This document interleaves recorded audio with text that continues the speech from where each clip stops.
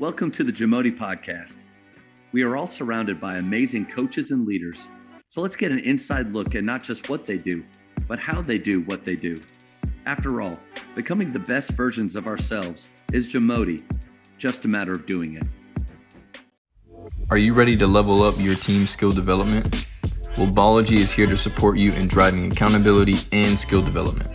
The Ballology app is more than just tracking. It's a resource for enhancing skills, knowledge, and mindset across your program. Join coaches all across the country using Ballology to simplify training and empower your athletes. Let's build consistency, accountability, and skill development together.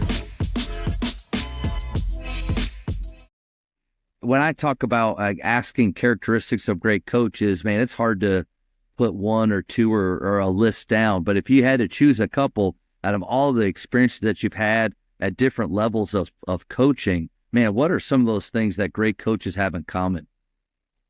You know, when I was, this definition or the answer to this question was born definitely out of experience, personal experience, but then also was probably kind of rubber stamped when I was at the PAC in Leander, Texas, which is outside of Austin.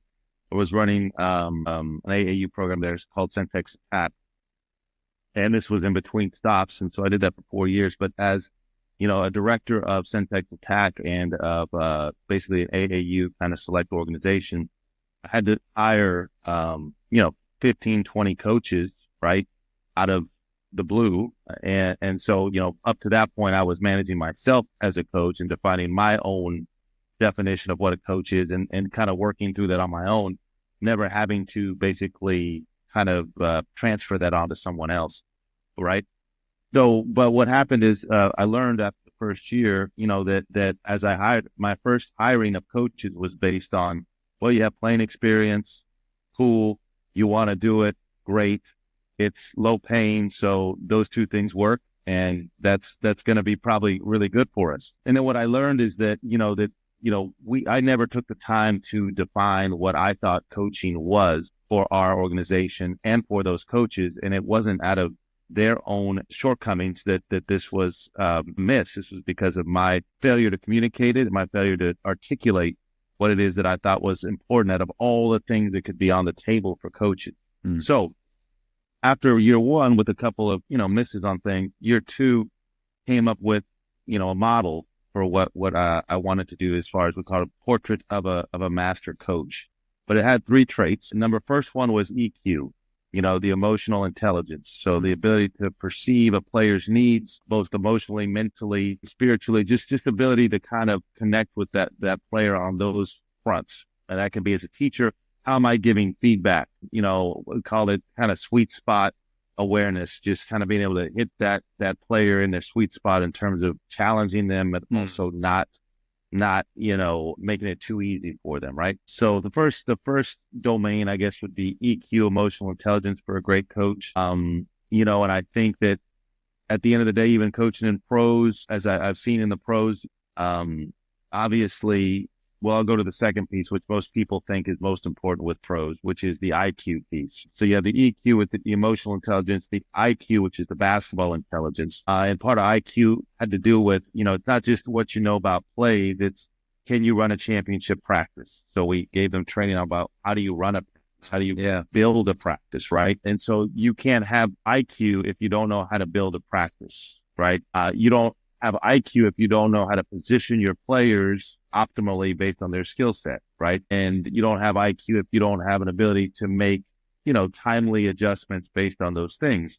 So a lot of people know, they say basketball IQ, can I drop a play or whatever, but we wanted it to be focused around utilizing your player strengths and building a practice plan for us. Okay. And then so the third part of the definition, actually, and we shared some PGC roots, point guard college, but the third domain was shape. Nice. Point guard college. Yeah. So, the idea being some coaches we had were really good at connecting with players. Some coaches were really good at knowing the game.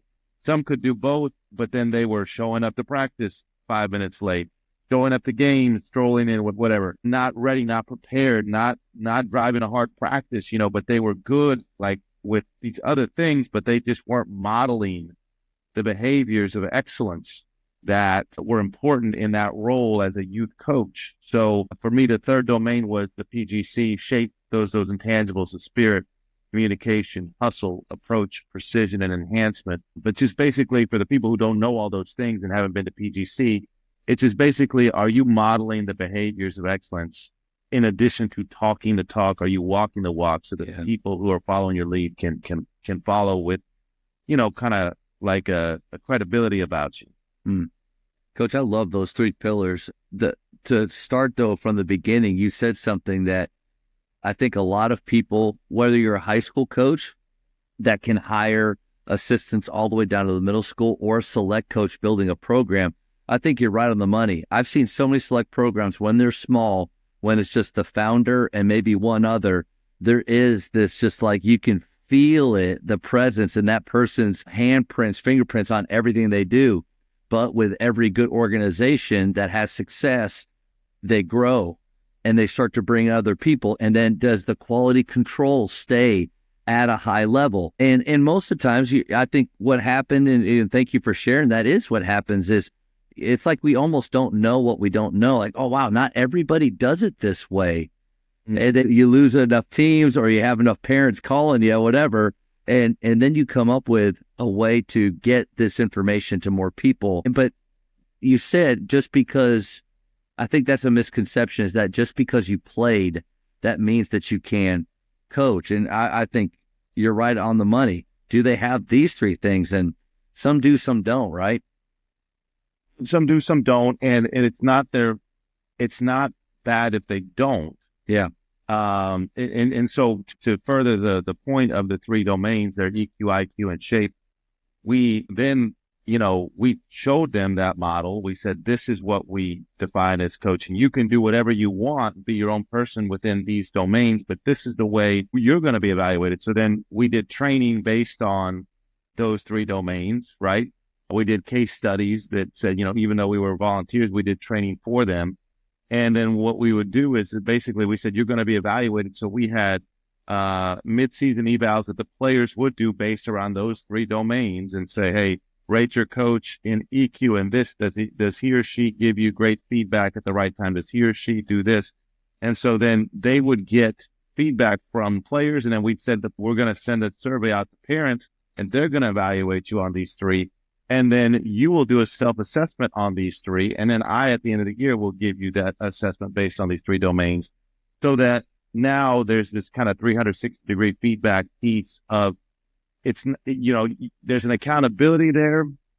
If you don't handle it right, it's going to be viewed as a potential negative. But the way we said it is like, at the end of the day, we're going to have feedback from a lot of different sources. And if we're trying to act like we want to be better, I'm as up for inspection as anyone else, as the leader of that group. So, you guys can evaluate me on these same domains as well. But that whole 360-degree feedback kind of piece was a nice way of letting them know, like, the kids are going to have a voice, letting the kids know, like, you're going to be able to know what to evaluate your coach on, not just these, a certain thing that you think is important. But we shared the definition in the parent meeting. This is what we say our coaches should do. You can expect this and you will evaluate them on this. So we just basically create shared definitions for everybody in the program to create that alignment. Man, so important to frame that the right way. And that, like you said, because we have evaluations here and it comes out, it's just sent out to our parents. We have nothing to do with it. And if you don't have the expectation of, man, I want to grow. Like, I want to be told. I've realized a lot of players, and myself as a younger coach, I didn't want to be corrected. Like, I didn't want to be told that I wasn't doing things great. And so that the willingness to want that, like, it feels sometimes around here at Faith that it's like a gotcha. Like, hey, we're going to try to get you with this. So, like, be ready. But if you frame it differently for the point of, like, we're all going and we all want the same thing. We all want to improve. As coaches, we want to be the very, very best for our players. And players, we want that. And we're all co-creators of this culture. That's a great way to do it. And then you mentioned something too. I think you had those clear expectations at the very beginning with your parents, because what that did to me was it almost kind of gave them a lens to evaluate and look through, or else we don't know what lens they're using. But what did they hear? What did they hear on ESPN one day that they're thinking that's real coaching? Or what video from a coach at halftime that was actually, in my opinion, doing things wrong did they watch? And, so I think when you give those, and that's just to every coach, when you give those clear expectations to your parents, but then it also helps their lens for what to look for, to look for the right things. Right. Yeah. It's just kind of reestablishing the debate, as far as the way we're going to, center our debate here.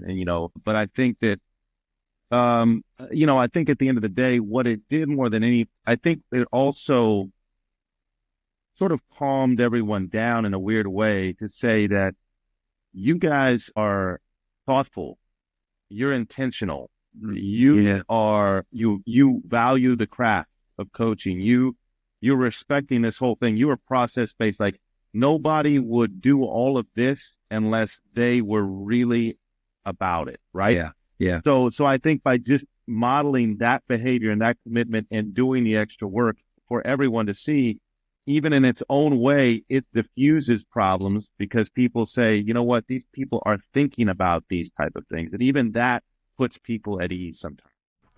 Thank you for checking out today's episode.